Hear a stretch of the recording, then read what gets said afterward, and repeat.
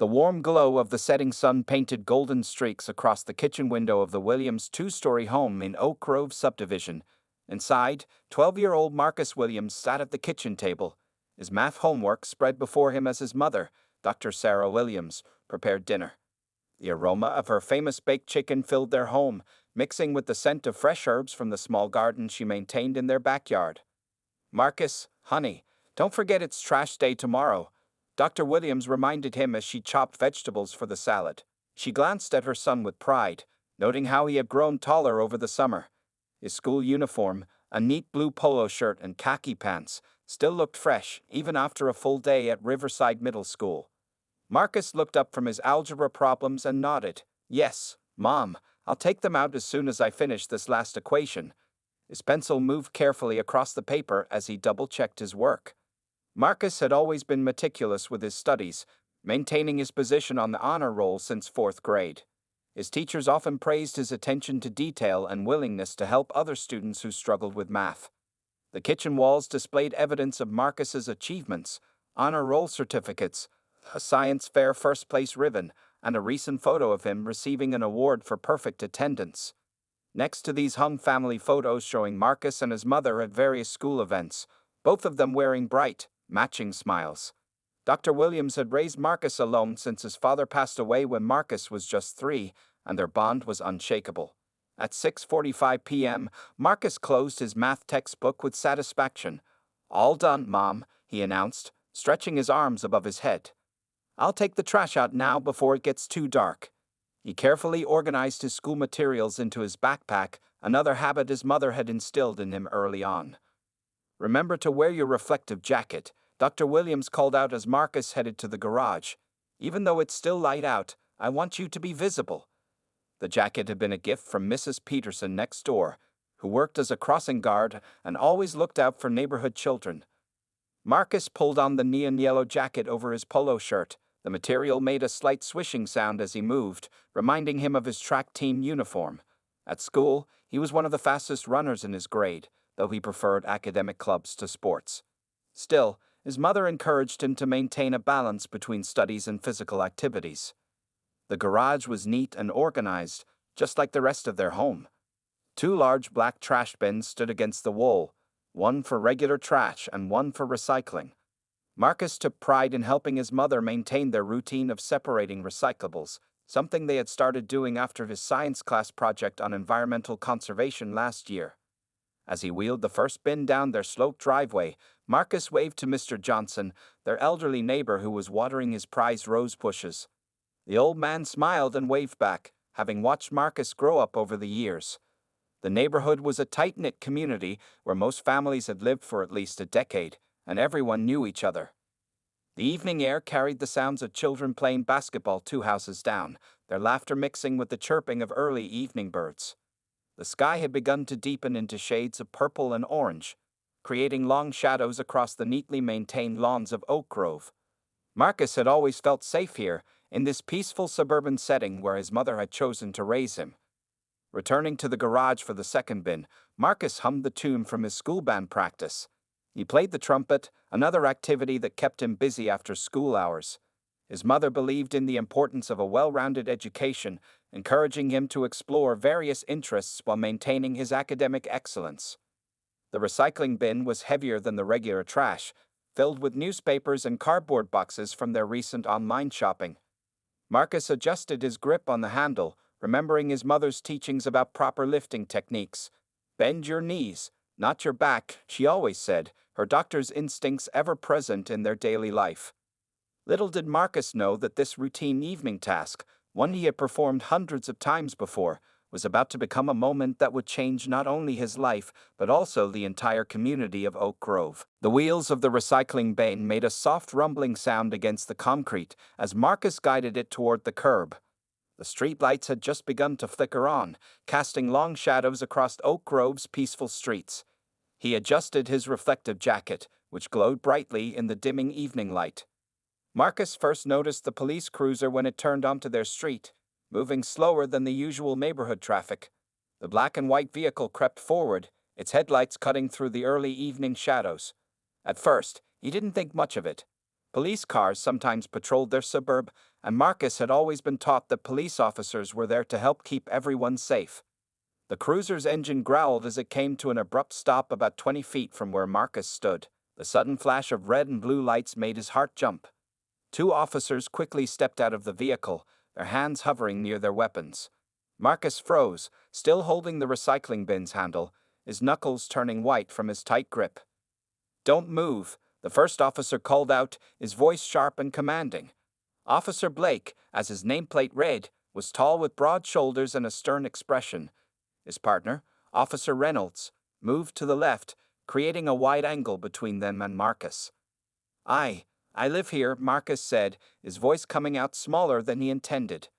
The reflective jacket suddenly felt too bright, too noticeable. His mother had wanted him to be visible, but now he wished he could disappear entirely. "Put your hands where we can see them," Officer Reynolds ordered, ignoring Marcus's words. "Step away from the container." Marcus's mind raced as he slowly raised his hands, his heart pounding so hard he could feel it in his throat.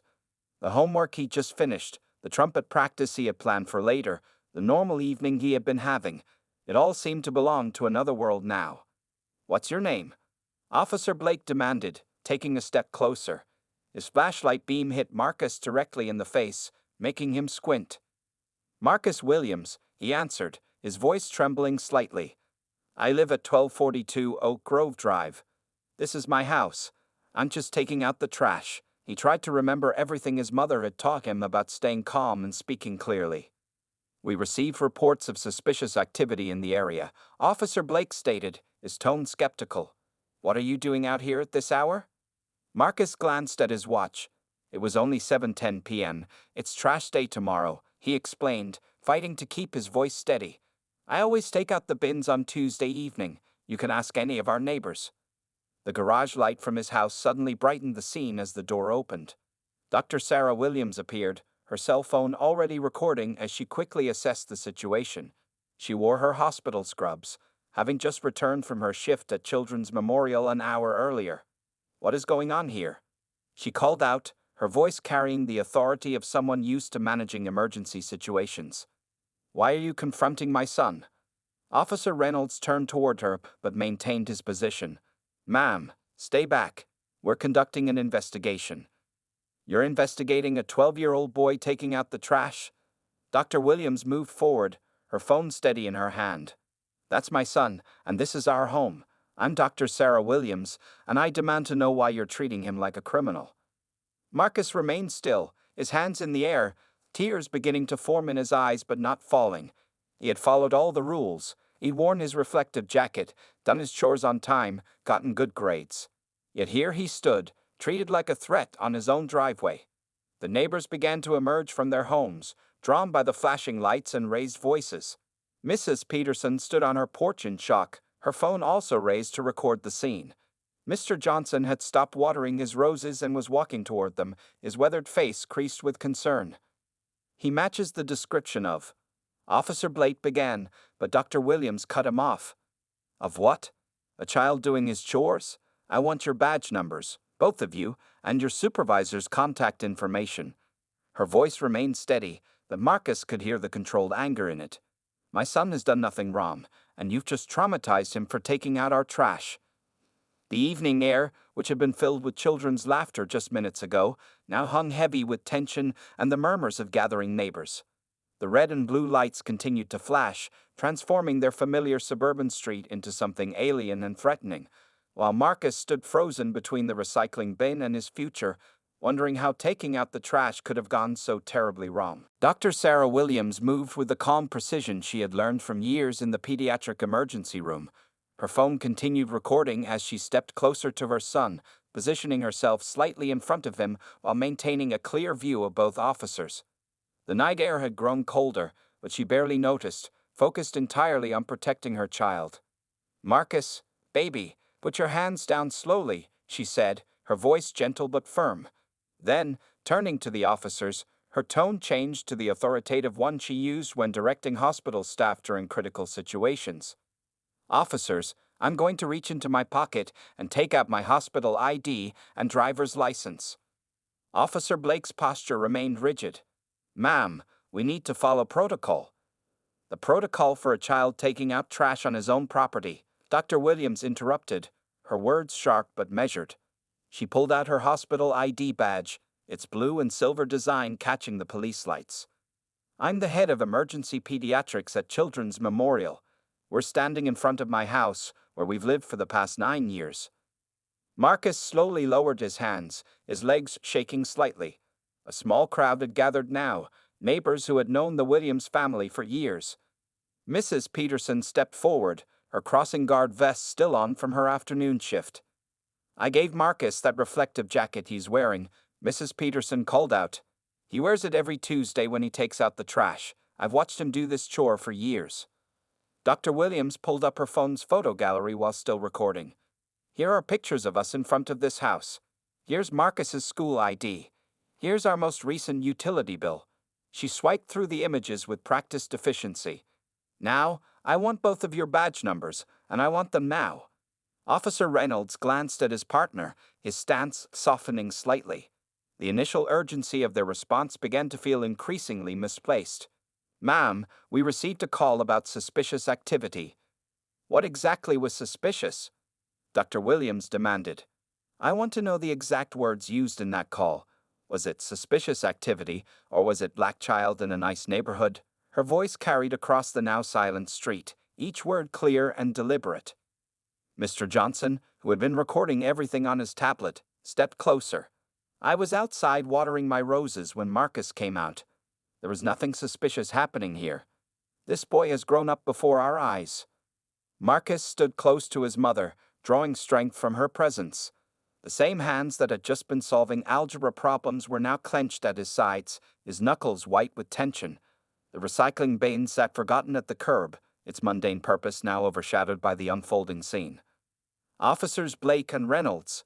Dr. Williams read from their nameplates, her voice steady. Here's what's going to happen now.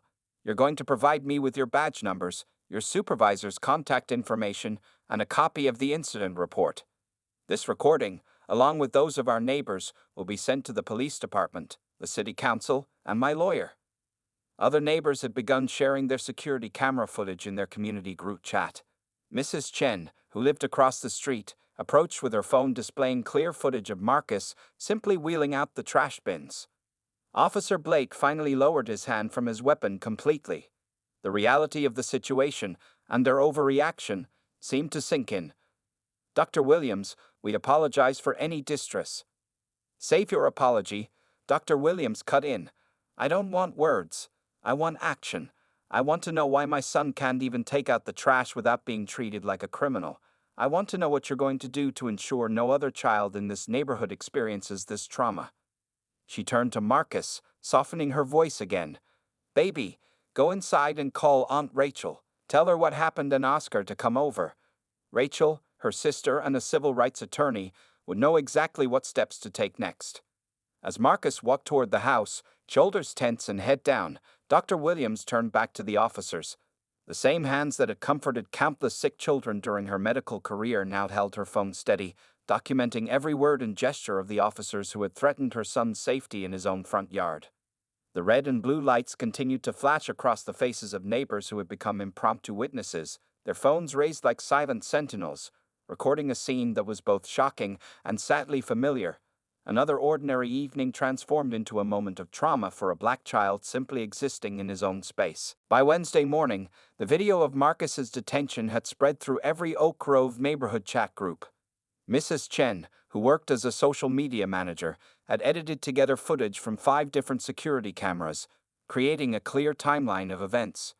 The combined video showed Marcus simply doing his chores, followed by the sudden arrival of the police cruiser.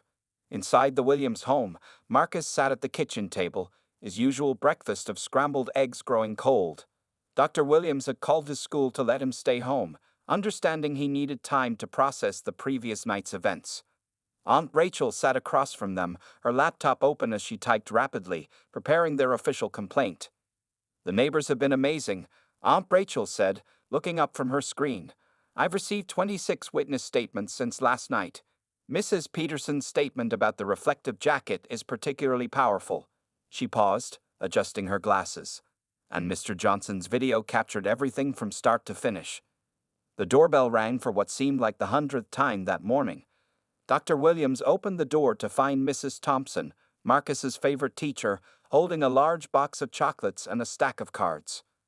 "These are from your classmates," Mrs. Thompson said when Marcus came to the door. "They'd all wanted you to know they're thinking of you."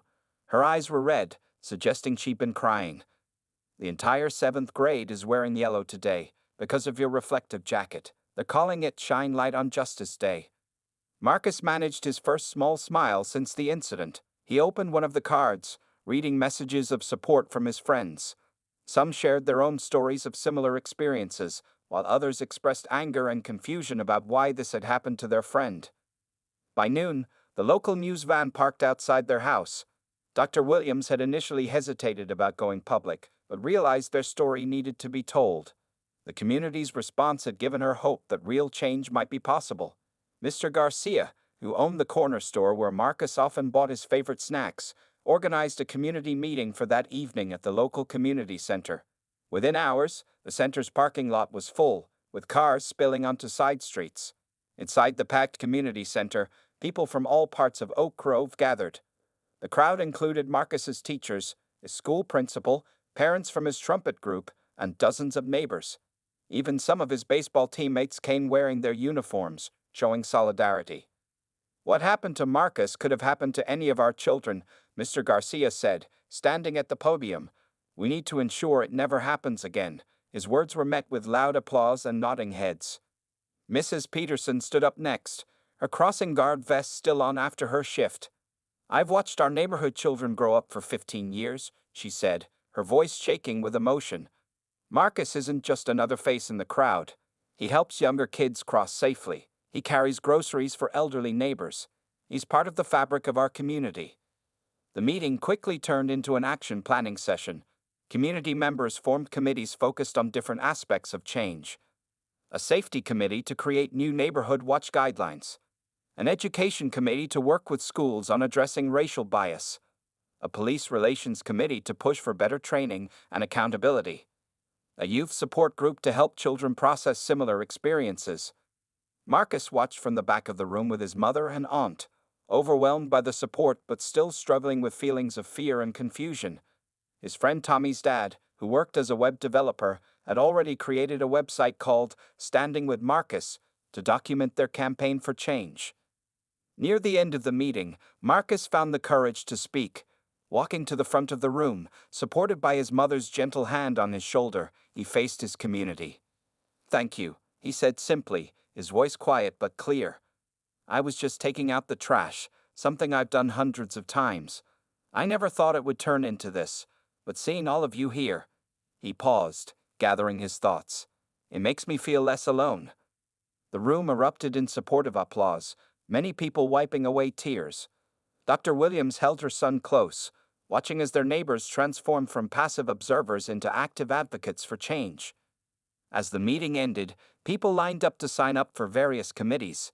The incident that had started with 2 police officers questioning a 12-year-old boy had sparked a movement that would reshape their community's approach to safety, justice, and belonging. The Oak Grove Police Department headquarters stood tall and imposing, its glass doors reflecting the morning sunlight. Dr. Williams, accompanied by Aunt Rachel and community leader Mr. Garcia, walked through the metal detectors at exactly 9:00 a.m. on Friday morning. Marcus had returned to school, surrounded by supportive friends and teachers, while his mother fought for justice. Chief Peterson's office was located on the 3rd floor. Unlike the warm community center meeting 2 days ago, the atmosphere here felt cold and formal. The walls displayed various awards and certificates, but Dr. Williams noticed none of them mentioned community relations or racial sensitivity training. "Thank you for coming in," Chief Peterson said, not looking up from the papers on his desk. He was a middle-aged man with graying hair and reading glasses perched on his nose. "I've reviewed your complaint about Tuesday's incident." Aunt Rachel placed her own folder on the desk. "We prepared a complete file," she said, her voice carrying the confidence of 15 years as a civil rights attorney. "It includes witness statements from 28 neighbors, security camera footage from 6 different angles, and Marcus's perfect disciplinary record from school." The chief finally looked up, his expression neutral. Officers Blake and Reynolds were responding to a called-in complaint. About a suspicious person, Dr. Williams interrupted. That suspicious person was my 12-year-old son taking out our trash. He was wearing a reflective safety jacket given to him by a crossing guard who has known him since kindergarten. Mr. Garcia opened his tablet, pulling up the community center meeting photos. Chief Peterson, over 200 residents gathered to support this family. These aren't just angry neighbors. These are teachers, business owners, and community leaders demanding change. The chief's secretary brought in coffee, but no one touched their cups. The meeting continued with Chief Peterson offering what felt like rehearsed responses about following protocol and necessary procedures. Each time he spoke, Aunt Rachel countered with specific legal precedents and policy violations. Here's what we want, Dr. Williams said, placing a typed list on his desk. First, a formal apology to Marcus, not just words, but an acknowledgement of how this incident traumatized a child. Second, mandatory racial bias training for all officers, designed and led by community members. Third, a complete review of your department's response protocols for calls about suspicious activity. Chief Peterson picked up the list, his face showing the first signs of genuine concern. The community's united response had caught the department's attention, and the growing media coverage made it impossible to dismiss the incident as a simple misunderstanding. I'm prepared to offer sensitivity training, he began, but Aunt Rachel cut him off. That's not enough, she said firmly. We're not asking for token gestures. We're demanding systematic change. The next Marcus Williams shouldn't have to rely on having a doctor for a mother and a lawyer for an aunt to ensure his safety while taking out the trash. Mr. Garcia pulled out more documents. We've already drafted a new community oversight proposal.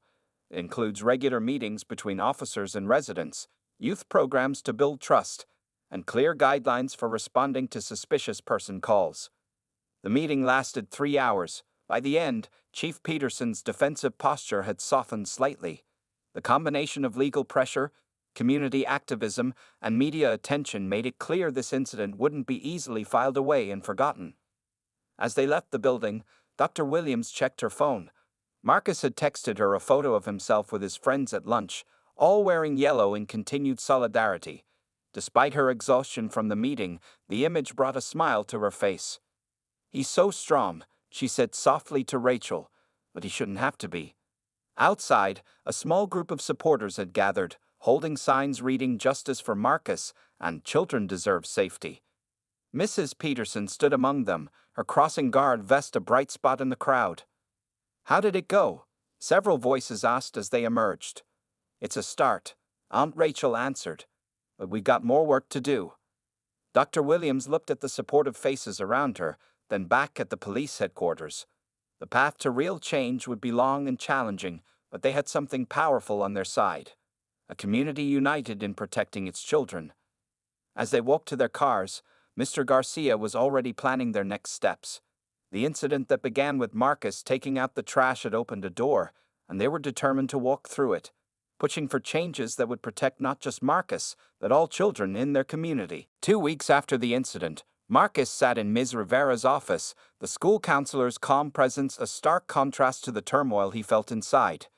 The walls of her office displayed colorful posters about feelings and strength, but Marcus's eyes kept drifting to the window, watching other students walk freely across the schoolyard. How are you sleeping? Ms. Rivera asked gently, noting how the usually bright-eyed boy seemed tired. The dark circles under his eyes told their own story. I have bad dreams, Marcus admitted, his fingers fidgeting with the string of his yellow awareness bracelet, a gift from his classmates. Sometimes I dream about the police lights, sometimes about other things that could have happened. In class, Marcus had started sitting away from the windows. His English teacher, Mr. Thompson, noticed how he jumped slightly whenever classroom doors closed too loudly. During outdoor activities, he stayed close to the school building, no longer running freely across the field during recess like he used to. At home, the changes were even more noticeable. Dr. Williams watched with a heavy heart as her son created new rituals. He checked the locks 3 times before bed. He kept his reflective jacket hung by the door but hadn't touched it since that night. The trash bins remained in the garage, untouched, until Dr. Williams quietly began handling that chore herself. I feel silly, Marcus confessed during one of his counseling sessions. Nothing really happened to me. The police didn't. His voice trailed off. Marcus. Ms. Rivera leaned forward, her voice firm but kind. Trauma isn't just about what happened. It's also about what could have happened, what you feared might happen. Your feelings are valid.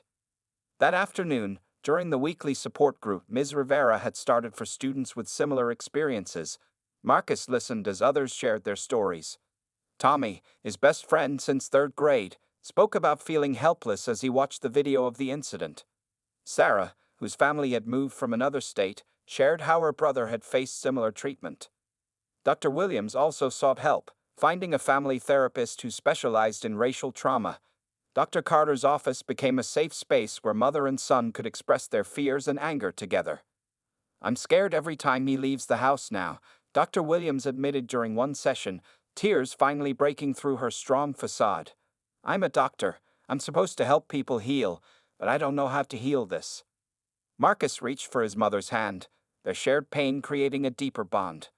Dr. Carter helped them develop coping strategies, breathing exercises for Marcus's anxiety, journaling for his nightmares, and open communication between mother and son. At school, small changes began to appear. Marcus's trumpet teacher noticed he played differently now.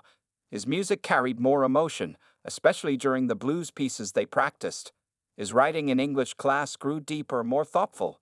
Mr. Thompson saved one of his essays about courage, moved by Marcus's words about finding strength and vulnerability. The community continued its support in quiet ways. Mrs. Peterson now waited every morning to walk Marcus and other children to their bus stop, her crossing guard vest a bright reminder of safety. Mr. Johnson made sure to be outside gardening whenever neighborhood children played, his presence offering silent protection. One evening, as Marcus sat doing homework, a small sound from outside made him freeze. Dr. Williams watched as he slowly walked to the window, peeking out cautiously. A group of young kids rode past on bicycles, their laughter floating up to his window. They look like they're having fun, Marcus said softly. They do, his mother agreed, standing beside him. Would you like to ride your bike tomorrow? I could ride with you. Marcus thought for a moment, his hand resting on the window glass. Maybe, he said. But can we start with just walking around the block? Dr. Williams smiled, seeing a tiny spark of her confident son returning. Of course, baby. Small steps. That night, during their new evening ritual of sharing 3 good things from their day, Marcus spoke about answering a question in math class, helping a new student find the cafeteria, and feeling ready to try walking in the neighborhood again. Dr. Williams added his bravery to her own list of good things, watching as her son slowly began the journey of reclaiming his sense of safety, one small victory at a time. The incident had changed them both, but with support, love, and understanding, they were learning to carry their scars while refusing to let fear define their future. 1 month after the incident, the Oak Grove Police Department's community room looked very different from its usual state. Instead of empty chairs and boring presentations, the space bustled with activity. Officers sat in a circle with community members, their uniforms a sharp contrast to the casual clothes of the residents around them. At the front of the room, Dr. Williams stood next to Officer Blake, an unlikely partnership that had formed through weeks of difficult conversations. They were leading a new training program called See Our Children, designed to help police officers understand the impact of their actions on young people. Before that night, I thought I was following protocol, Officer Blake admitted to the room. His voice carried the weight of someone who had done serious self-reflection. But watching Marcus's video, seeing how my actions affected an innocent child, it changed everything. The training included watching body camera footage from the incident, but more importantly, it showed the aftermath. Marcus's nightmares, his fear of taking out the trash, his jumping at sudden noises. Officers watched interviews with other children in the community who shared how seeing their friend treated this way had affected them. Across town at Riverside Middle School, another kind of change was taking place. Marcus, with support from Ms. Rivera and his mother, had started a student group called Youth Voice. The group met every Wednesday after school, providing a safe space for students to share their experiences and learn about their rights. We're not just talking about what happened to me anymore, Marcus explained to the group. His confidence had started to return, stronger now because it carried purpose. We're learning how to stay safe while standing up for ourselves. The police department had made significant changes to their protocols. All suspicious person calls now required detailed descriptions beyond race. Officers had to announce themselves clearly and state the reason for their approach. Body cameras had to be activated before leaving their vehicles. A community member would review all interactions involving minors. Monthly meetings with resident committees became mandatory. Mrs. Chen helped create a smartphone app that let residents record and directly upload incidents to a community review board. Mr. Garcia's corner store displayed a large poster showing residents their rights and proper police procedures. Even the local ice cream shop joined in, naming a flavor Marcus's Midnight Blue, with all proceeds going to youth advocacy programs. Officer Reynolds, who had been quiet since the incident, requested a permanent assignment to the School Resource Officer program. He started by attending youth voice meetings, just listening at first, then gradually joining discussions about building trust between police and young people. "I have a son Marcus's age," he shared during one meeting. "That night made me think, what if someone treated my boy that way? We need to do better. We have to do better." The mayor's office took notice of Oak Grove's changes. Other police departments in nearby cities began requesting information about the CR Children program. Local news stations ran follow-up stories about the positive changes coming from what could have been just another tragic headline. One afternoon, as Marcus walked home from trumpet practice, he noticed Officer Blake in his patrol car. Instead of fear, he felt something different. The officer rolled down his window and waved. "How's the music going, Marcus?" he asked, his tone carrying genuine interest. "Good," Marcus replied, holding his trumpet case. "We're learning jazz now." "My daughter plays saxophone in her school band," Officer Blake said. "Maybe someday you two could practice together." The conversation was brief, but it represented something powerful, the small steps toward healing that came from real change, not just hollow apologies. Back at home, Dr. Williams reviewed the latest training materials with Aunt Rachel. They had expanded the program to include sessions for dispatchers, teaching them to ask better questions when receiving calls about suspicious behavior. "Look at this," Dr. Williams said, showing her sister a letter from another city's police chief requesting their training program. "What happened to Marcus is helping protect other children." Marcus, overhearing this, joined them at the kitchen table. "Mom," he said thoughtfully, "remember when I was scared to take out the trash?" She nodded, remembering those difficult weeks. "Well, I think I'm ready to do it again," he said. "But this time, I want to teach other kids the right way to handle it if something happens. Can we make a video about it for Youth Voice?" Dr. Williams hugged her son, amazed at how he had transformed his trauma into a force for change. The incident that had started with fear and anger was gradually becoming a source of hope, not just for Marcus and his family, but for an entire community learning to protect its children while building bridges of understanding. 6 months after the incident, Oak Grove Park was filled with music, laughter, and the smell of grilled food. The community had gathered for the first Unity in Action festival, organized by Marcus's Youth Voice group and supported by the police department's new community relations team. Marcus stood on the small stage, his trumpet gleaming in the afternoon sun. Next to him, Officer Blake's daughter Sarah held her saxophone, and 3 other students from different schools completed their makeshift jazz band. The crowd watched as these young musicians played What a Wonderful World, their music symbolizing the changes that had taken place in their community. "Ladies and gentlemen," Marcus spoke into the microphone after their performance, his voice stronger and more confident than it had been in months. "6 months ago, I was just a kid taking out the trash. Today, I'm still that kid, but I'm also part of something bigger." The festival showcased the real changes that had grown from that difficult night. A table displayed the new police training manual, CR Children, now being used by departments in 3 neighboring cities. The Youth Voice booth offered workshops on knowing your rights while staying safe. Community watch groups demonstrated their new citizen safety app. Police officers served food alongside residents, their uniforms mixed with yellow Unity in Action t-shirts.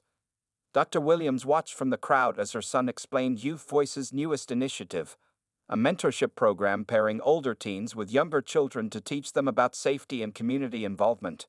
Her eyes grew misty as she remembered the frightened boy who couldn't sleep after the incident, seeing now a young leader who had found his purpose.